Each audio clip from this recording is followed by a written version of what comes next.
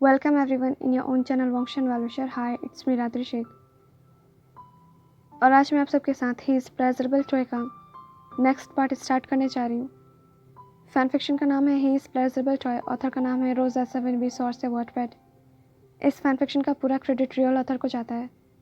Fan fiction start करने से पहले मैं आप सभी से दो बातें कहना चाहूँगी। पहली बात यह है कि मेरी तबीयत ठीक नहीं है, मुझे फीवर है, इसलिए मैं बस आप सबके साथ आज एक ही पार्ट को शेयर कर पाऊँगी। और दूसरी बात यह है कि अगर आप में से किसी को भी डार्क लैंग्वेज फैन फिक्शन पसंद नहीं है तो प्लीज़ आप वीडियो को स्किप कर दिया कीजिए या फिर आप मेरे दूसरे फैन फिक्शन को सुन लिया कीजिए। मैंने पहले ही पोस्ट करके आप सबसे आपके चॉइस को पूछा था कि आप सब नेक्स्ट वॉन्गशन फैन फिक्शन में क्या चाहते हैं, डार्क लैंग्वेज फैन फिक्शन या फिर वो फैन फिक्शन जिसमें लैंग्वेज ने वोविशन के लिए सब कुछ छोड़ दिया। तो ज़्यादातर व्यूवर्स यही चाहते थे कि मैं डार्क लैंग्वेज फैन फिक्शन को शेयर करूं और मैं आप सबकी थॉट की बहुत ज़्यादा रिस्पेक्ट करती हूं, इसीलिए जो आप चाहते थे मैंने उसी फैन फिक्शन को आप सबके साथ शेयर किया। मैं बस इतना रिक्वेस्ट करना चाहूँगी, अगर आप में से किसी को भी डार्क लैंग्वेज फैन फिक्शन पसंद नहीं है तो प्लीज़ आप फोर्सफुली वीडियो को देखने के बजाय उसे स्किप कर दिया कीजिए या फिर छोड़ दिया कीजिए। हर एक स्टोरी में ट्विस्ट एंड टर्न होता है, इस स्टोरी में भी है, पर हाँ ये एक हैप्पी एंडिंग स्टोरी है। जैसे कि मैं हमेशा ही आप सबसे कहती रहती हूँ कि मेरी कोशिश हमेशा यही रहती है कि मैं आप सबके साथ हमेशा हैप्पी एंडिंग वाली स्टोरी ही शेयर करूँ और मैं ऐसा करती भी हूँ। पर मैं जानती हूँ कि मैं एक ही टाइम पे अपने सारे व्यूवर्स को सेटिस्फाइड नहीं कर सकती। ऑनेस्टली स्पीकिंग, मैं फैन फिक्शन को एक्सप्लेन आप में से किसी भी व्यूवर्स को सेटिस्फाइड करने के लिए नहीं करती हूँ, क्योंकि अगर मैं ऐसा करूँगी तो शायद पूरी ज़िंदगी ख़त्म हो जाएगा पर मैं किसी को भी सेटिस्फाइड नहीं कर पाऊँगी, क्योंकि एक टाइम पे सभी को सेटिस्फाइड करना इम्पॉसिबल है। मैं फ़ैन फिक्शन शेयर करती हूँ क्योंकि मुझे लगता है कि हर एक इंसान को अपनी ज़िंदगी में से कुछ लम्हे सुकून के गुजारने चाहिए और मेरे लिए वॉन्गशन वो सुकून का लम्हा है जो मैं आप सबके साथ शेयर करती हूँ।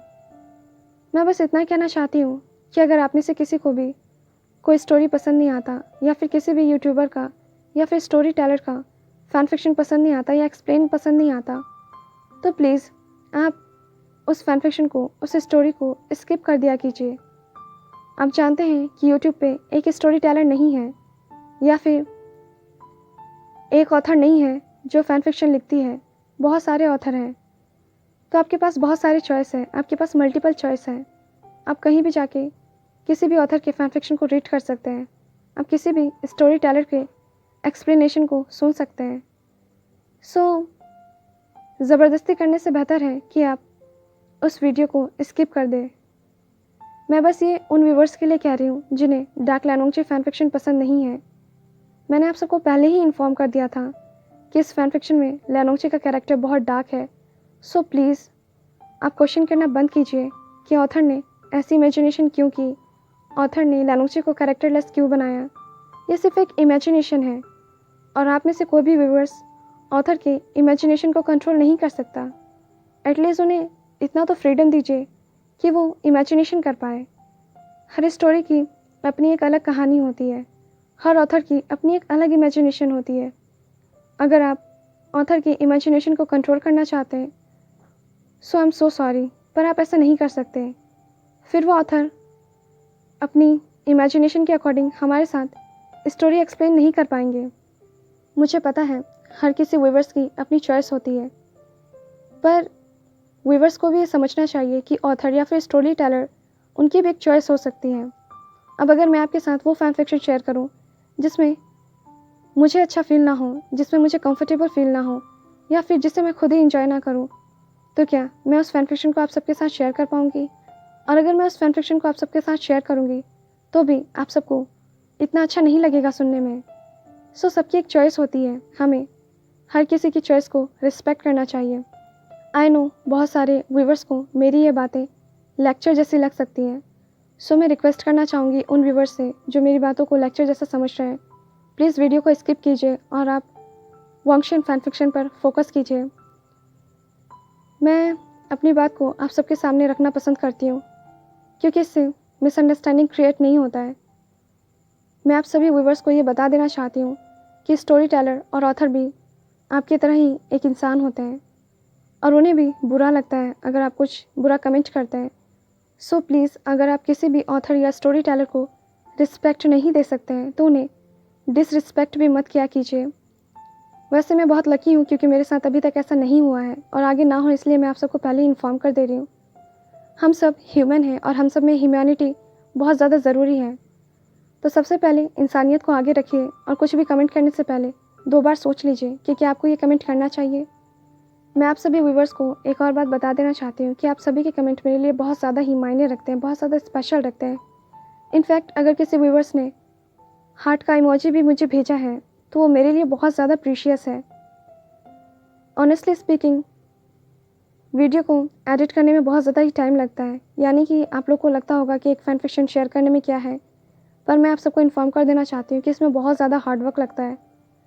पहले स्टोरी को रीड करना पड़ता है, फिर व्यूवर्स के अकॉर्डिंग उस स्टोरी को चूज़ करना पड़ता है, फिर ऑथर से परमिशन लेना होता है, ऑथर के परमिशन का वेट करना होता है, उसके बाद रिकॉर्डिंग करनी होती है, फिर एक्सपोर्ट करना होता है और फिर वीडियो को यूट्यूब पर अपलोड करना होता है और उसके बाद इम्पेशेंटली वेट करना पड़ता है व्यूवर्स के रिएक्शन का। मैं आप सबको ये सब इसलिए बता रही हूँ ताकि आपको पता चले कि 1 या 2 वीडियो बनाना इतना ईजी नहीं होता है किसी भी यूट्यूबर के लिए। प्लस हम सबकी अपनी अपनी पर्सनल लाइफ होती है और हमें वो भी मैनेज करना पड़ता है, उसे भी देखना पड़ता है, उसे भी प्रायोरिटी देनी पड़ती है। पता है मैं बहुत ज़्यादा ही थक जाती हूँ, कई बार तो ऐसा होता है कि मेरा मन भी नहीं करता।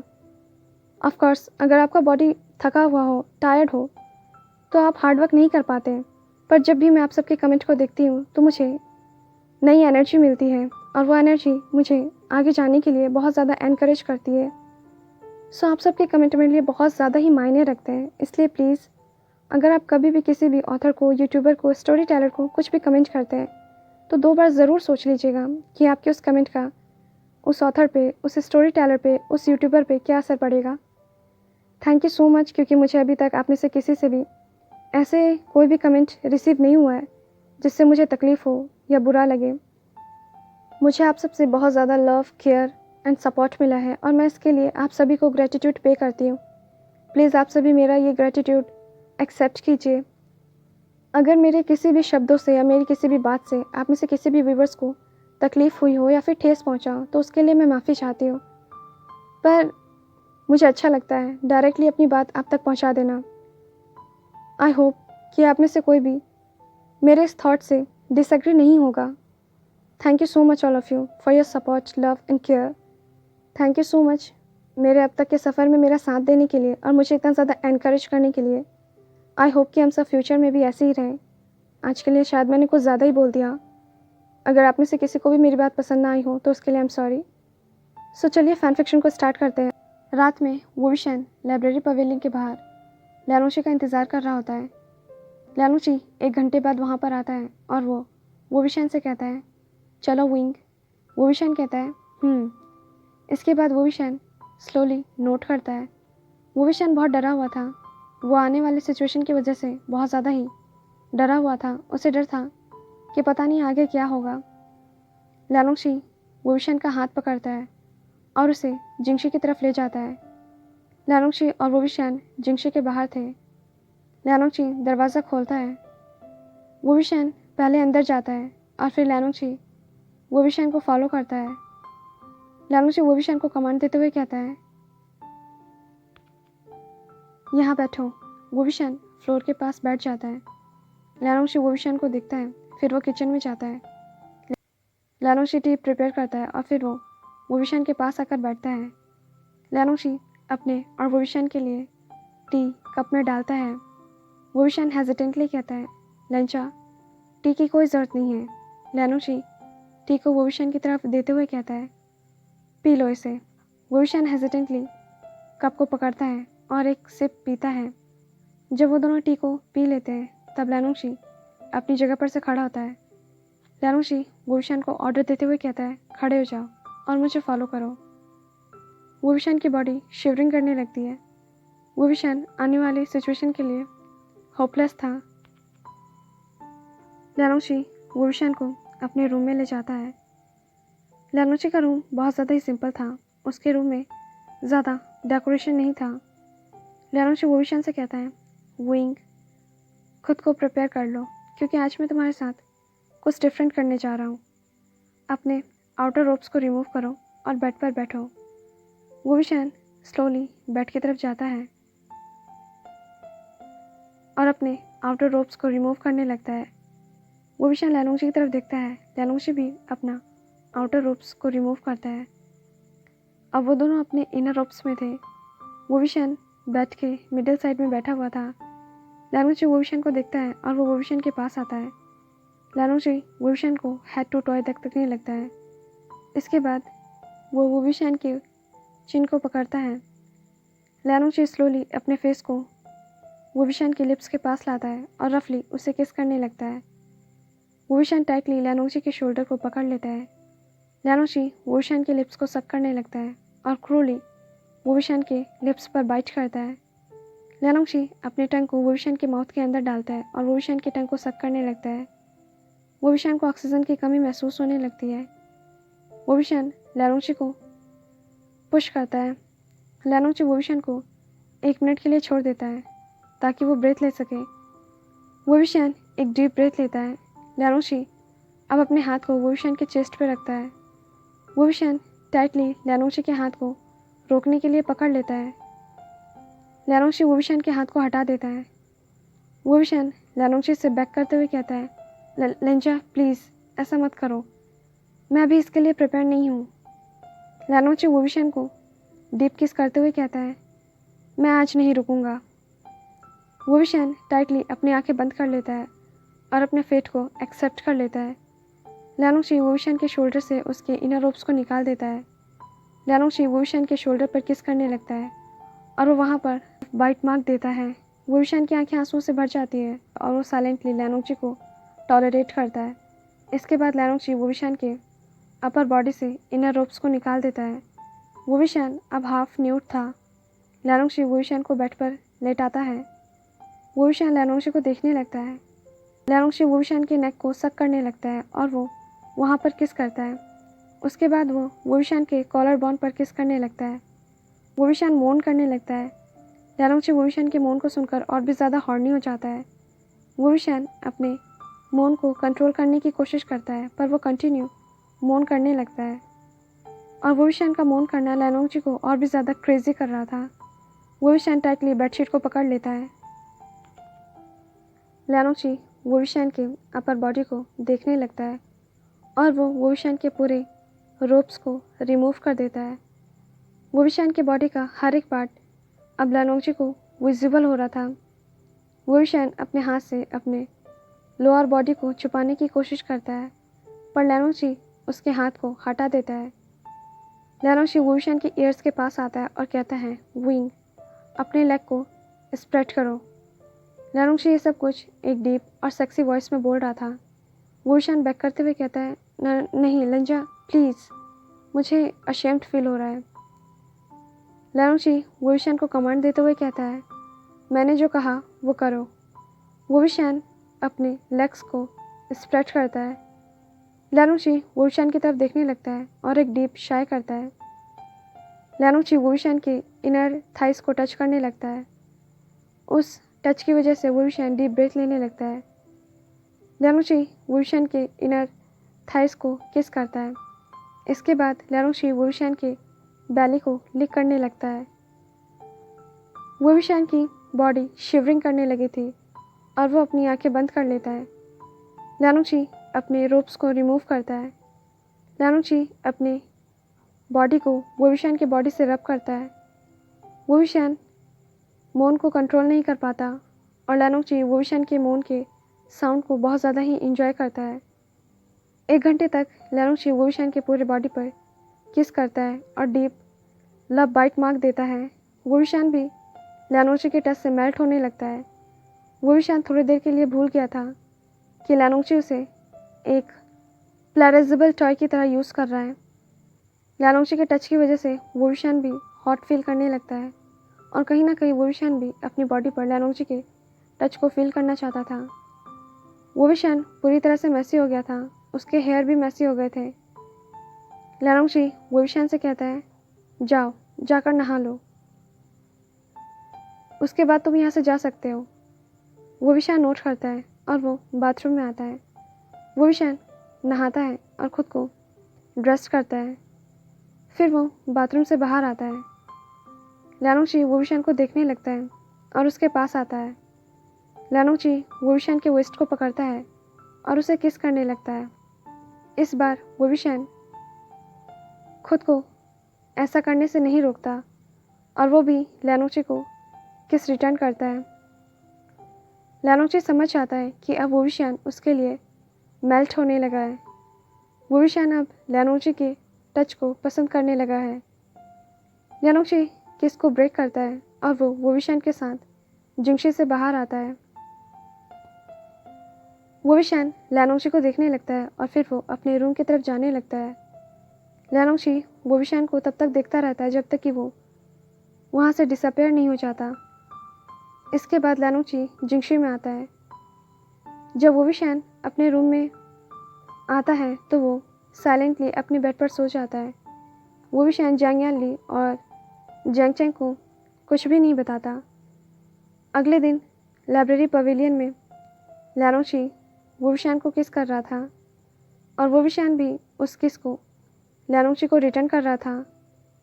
वोविशान लैरोंगची के लैब पर बैठा हुआ था और उसने अपने दोनों लेग से लैरोंगची के वेस्ट को ग्रैब कर रखा था।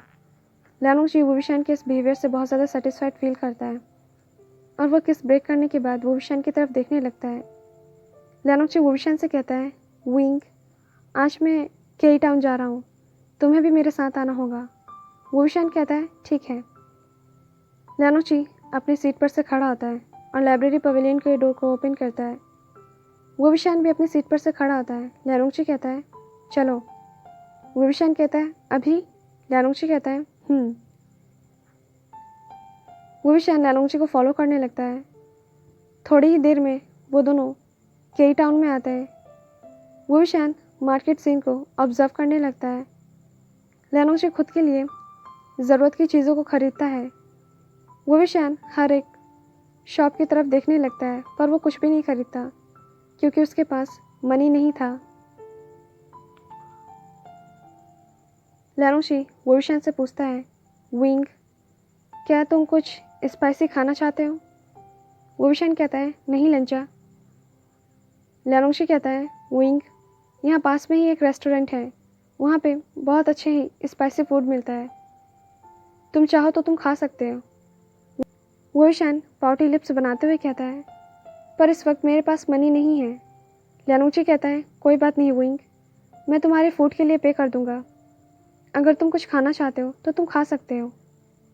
वोविशान एक्साइटेडली पूछता है, क्या सच में?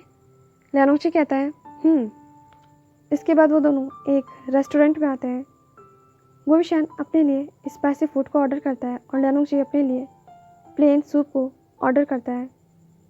फूड को फिनिश करने के बाद लैरोंगची अपने लिए और वोविशान की फूड के लिए पे करता है। वोविशान लैरोंगची से कहता है, लंजा, मैं तुम्हें तुम्हारा मनी रिटर्न कर दूंगा। लैरोंगची कहता है, कोई ज़रूरत नहीं है, अगर तुम कुछ और चीज़ें खरीदना चाहते हो तो तुम खरीद सकते हो। वोविशान अपने सर को नीचे झुका लेता है और कहता है, मैंने तुम्हें ऑलरेडी बताया है कि मेरे पास मनी नहीं है। लैरोंगची वोविशान की तरफ देखकर कहता है, मैं तुम्हारे लिए पे करूँगा, जो तुम चाहो वो तुम खरीद सकते हो। वोविशान लैरोंगची को देखने लगता है और वो एक्साइटेड हो जाता है। वोविशान अपने लिए बस 2 या 3 चीज़ें खरीदता है और लैरोंगची वोविशान के लिए पे करता है। वो दोनों क्लाउडेसेस की तरफ जाने लगते हैं।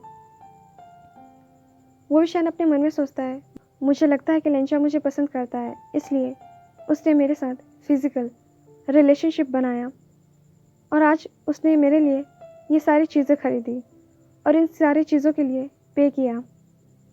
लेंचा बहुत हैंडसम है, फ्यूचर में मैं उससे शादी करूँगा और हमारे 2 या फिर 3 चिल्ड्रंस होंगे। आज के लिए इतना ही, आपसे मिलते हैं नेक्स्ट पार्ट में। Till then be happy, stay healthy, thanks for watching.